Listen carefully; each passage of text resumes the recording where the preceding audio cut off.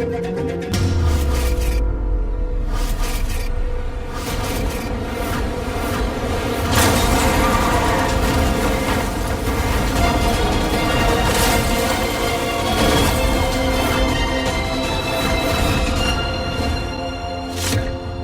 છોકરી લગ્નના પહેલા દિવસે પોતાના પતિને ખાઈ ગઈ હોય એ મારા ઘરમાં પગ નહીં મૂકે. આ છોકરીનો મનહૂસ પડછાયો હું મારા દીકરા પર નહીં પડવા દઉં. મારા દીકરાના જીવન પર ગ્રહણ લગાવી દીધું.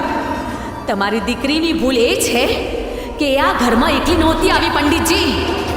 એ આ ઘરમાં એનું દુર્ભાગ્ય લઈને આવી હતી. એના ભાગ્યની કાળી રેખાએ મારા ઘરનો દીપક ઓલવી નાખ્યો.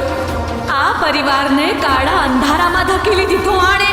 ના, એ વાત સાથે તો હું પણ સહમત છું. આ છોકરીના પગલા જ અશુભ છે. મારા વિરેન્દ્રને ખાઈ ગઈ. જે છોકરી પેદા થતા જ પોતાની માને ખાઈ ગઈ એના કરતા વધારે અપશુકન્યા કોણ હોઈ શકે? છોકરી મારી હોત ને તો અને અહીંયા જીવતી સળગાવી દેત અત્યારે ને અત્યારે. પણ મારા ઘરમાં આ છોકરી માટે કોઈ જગ્યા નથી, કોઈ જગ્યા નથી.